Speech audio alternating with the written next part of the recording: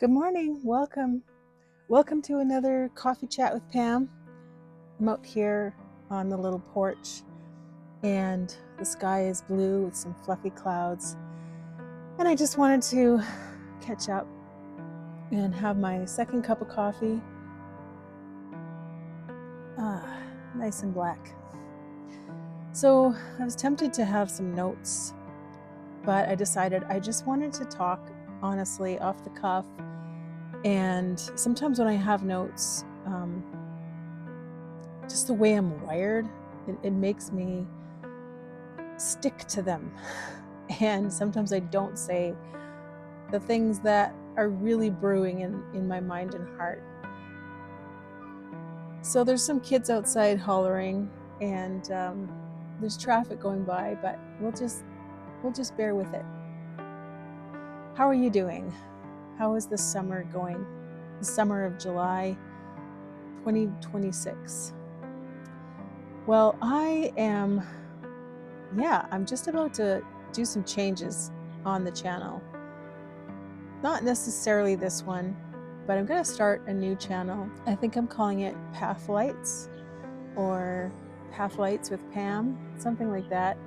And I'm going to put all of my Bible studies on there and more of the prayers and scripture reading, spiritual content, and maybe some thematic content about things like women in the church and the church in general, stuff like that. So I just got to find some time to get that done.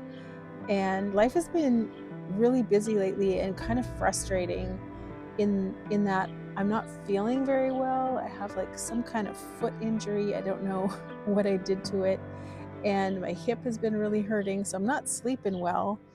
It's been quite hot here, so that's why I'm so happy it's like really cool this morning. It got down to, I think, only 5 degrees Celsius last night. So it really cooled everything down and we needed it. It's been so hot and humid. But yeah, just kind of, you know how summer is? You look forward to it and you think, "Oh, I'm just going to relax and have a leisurely mornings and things just start snowballing, getting away from you." I guess snowballing isn't the best term to use in the summer. Snowballs would just melt, but you know what I mean. And I have a lot on my mind because I'm going to be teaching a lot more online this September. And I need to find some time to get those courses all ready to go. But I'm also teaching summer school right now with grade 11 English. And it's not a ton of work, but it's just something extra, right? So I find that with YouTube, when I'm spending a lot of time on my computer with other things, I find that I don't want to spend a lot of time on my computer with YouTube, if that makes sense. And so I'm just kind of going to go about it in a lighthearted way, share the things that are on my heart, and keep the Pathlights channel, every once in a while, just upload a 15-minute, 20-minute Bible study there and kind of see what happens with that. I'm excited about that. I think that to me, that's like using my gifts and leaving a legacy as well. So even if it's just for some of my family members, right? And the Stories for Humans channel, I really like doing the series. I'm just about done a series on toxic work environments. I could probably go on for like a year with stories from my last toxic work environment at the school that I used to teach in. But I'm just kind of feeling like I've said my piece. It's time to let it go. So I'm going to keep the Stories for Humans channel, this one right here, going with actual stories for humans. Maybe more stories from my own life and maybe just thoughts that I have about life. And I kind of am existing in the realm of story. In my brain, there's a part of my brain that's always writing stories or imagining stories, and I never write them down. I never talk about them. And I don't know if that's what I'm going to do here. I think it's more about just real life stories for all of us. And it might not be a story. It might just be an idea. Maybe it should be ideas for humans. Hmm. Somebody's going to steal that name now. That's okay. So that's what's going on with the channel. And as you can tell, I'm kind of slowing down on it. I don't have as much time. So I'm doing like 1 week on with Bible study videos and maybe a live.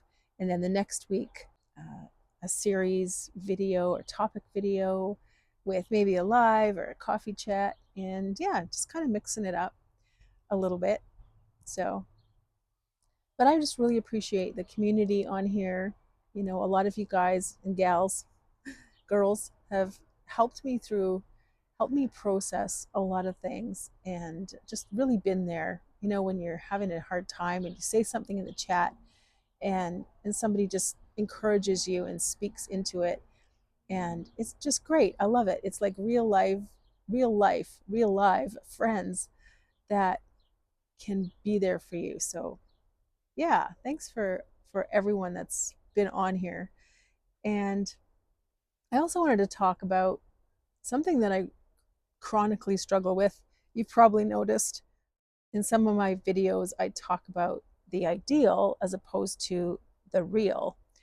And I find that it can be a real gift. It can be, a skill to notice things that need to be set right.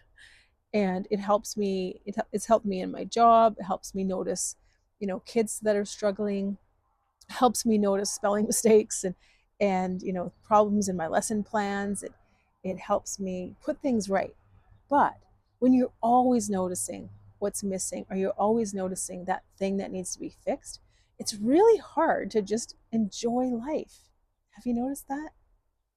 So right now I'm looking out at, my trees in my front yard, and the weeping birch has a huge section that really needs to be pruned. And so when I look at the tree, that's what I see. Instead of seeing, the other healthy branches that are and the leaves that are gently blowing in the breeze with the morning sunlight on them, I don't see that. I see the problem. And yeah, fortifying sip. Do you struggle with that at all? So like last night, my husband and I were with a string going from post to post on our property, trying to figure out our property line, where the fence is going to go. And we have these stakes and we have the string, and we're fighting through weeds, and there's a whole bunch of thistles. And it's really easy to just notice how impossible it seems and all the things that need to be done, all the hard work. But really, in the moment, I'm out there with my husband. We're having a fun time. The neighborhood kids are gathering around on their bikes trying to figure out what we're doing out there, and they're chit chatting away. And, the bees are buzzing in the clover. There's so much beauty and joy around. But I just feel all this angst, all this frustration with what is needing to be fixed. And I think it's something I have to grow out of. We're always learning. And here at the ripe age of 51, I am still learning a lot. And I want to grow out of that mindset of always seeing the problem and kind of fixating on it. I think it has a lot to do with my personality, probably my neurodivergence. I don't even know what that what that is exactly, but I know that I kind of fit all the criteria for that. So um, for example, when I'm out for a walk, I always find four-leaf clovers. It's because my eye notices the patterns. And if there's anything that's out of sync in the pattern, I immediately pick up on it. So when I'm out for a walk, sometimes, it's not unusual for me to find like three or four or five four-leaf, five-leaf clovers. It's just a thing. But I do want to grow out of that and change and just be more um, enjoying and entering into the moments, um, and cherishing them and holding on to them. Because another thing that happens as you grow older, if you're, around my age or older, you know what I'm talking about, is you realize how fleeting those moments are and how fast your kids have grown up, how quickly life moves on. And so, and having friends, dealing with serious health diagnoses, and it makes you think about the meaning of life and the fragility of life and wanting to hang on to those times. So, yeah, it's tough though, because, life's been a real struggle lately in a lot of ways.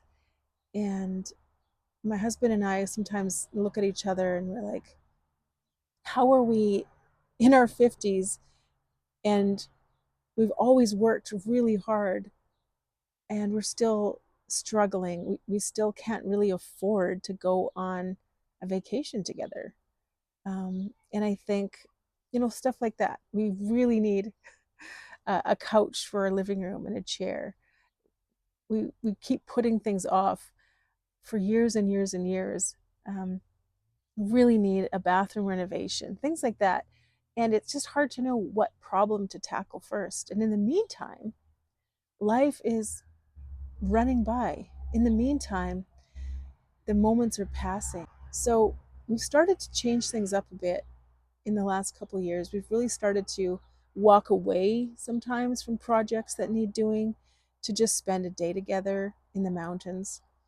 Um, we're being a lot more generous with our finances instead of kind of trying to hoard everything we can to tackle the next project, and trying to live more in the moment. But it's still stressful.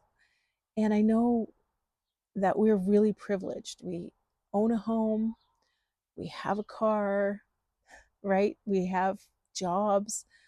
That's a that's a big thing. That's a big privilege to have in this world, and I don't take it for granted. And and I don't want to be so fixated on my own life that I can't be generous and kind and open to what other people need and the problems and sufferings of others. I want to be an open book in that way, approachable, where when someone thinks of me, they don't immediately think, oh, she's way too busy to do that. And sometimes that means making some decisions, right? Like, for example, this coming year, I think I'm going to say I can't go to the women's Bible study that I've been going to um, the last couple of years because it's in the middle of a Tuesday morning. And with all the teaching I'm going to be doing, plus some piano and voice lessons on top of that, I'm just not going to have the time.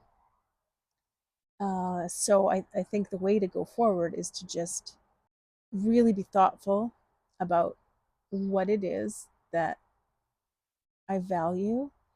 And do I value the Bible study? Of course I do. But I think there's other ways I can connect with God and connect with other people that aren't so time consuming and like right in the middle of a Tuesday morning. It's kind of a Bible study for retired people, really. And the reality is, I'm not there. I'm not retired.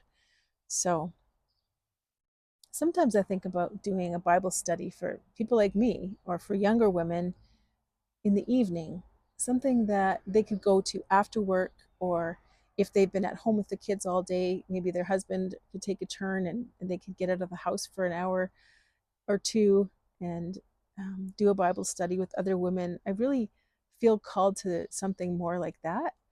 And right now, I'm still really enjoying having my daughter here. We're having the best time, the best visit. And my son is trying to figure out what he's doing with his life. It's hard. It's hard for these young people. There's so many choices out there. Everything is expensive. And and sometimes it's really hard to know what to do. There's so many voices, right? And especially if you research online, you're always going to get people saying, oh, don't go into that, there's no jobs in that field, or that was a waste of time, that was a waste of money. But I've always really encouraged my kids to do what they love, to do what fulfills them, instead of just going for the job to make the money. Because I've seen so many people burn out from that and just become anxious and depressed and kind of stuck, right? In a job or a career that they never really chose or they never really loved. What else is on my mind? So much. So many things. But I don't know. I just wanted to have a little coffee and a chat, talk about life a little bit, talk about my life. And in the comments, tell me how you're doing. How are you coping with challenges that have come your way? Um, how do you hold on to the moments? How do you live life to the fullest, even when things are a struggle and there's these problems all around? Um, and how do you stay open to caring for others, open to friendship? Uh, something else I've struggled with a lot is I tend to isolate and kind of tuck myself away and hibernate.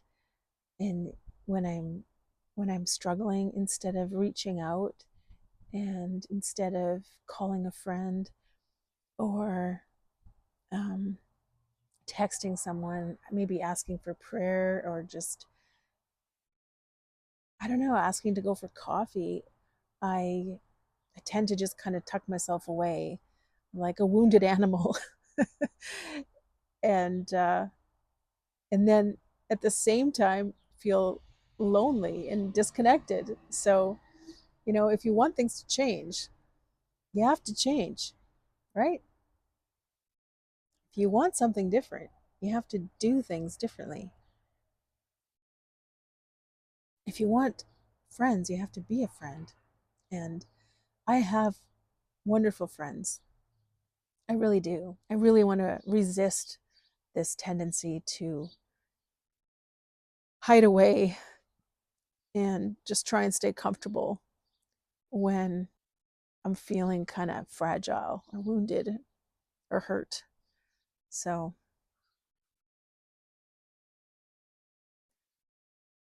but wow, what a beautiful day. It's so nice and cool. And the lawn desperately needs to be mowed, but it's full of these swaths of white clover that just look beautiful and are filled with little bees and butterflies and creatures. And instead of instead of looking at it as a lawn that desperately needs to be mowed, I can look at it as a home for all kinds of beautiful little creatures, right? So maybe that's a good place to end, a good place to put a pin in it until next time. So, yeah, watch for channel changes. If you want to subscribe to my Bible study, more Christian channel, look for that. And I'm just happy that you're here, and let's keep going into the future together. I'll talk to you again really soon.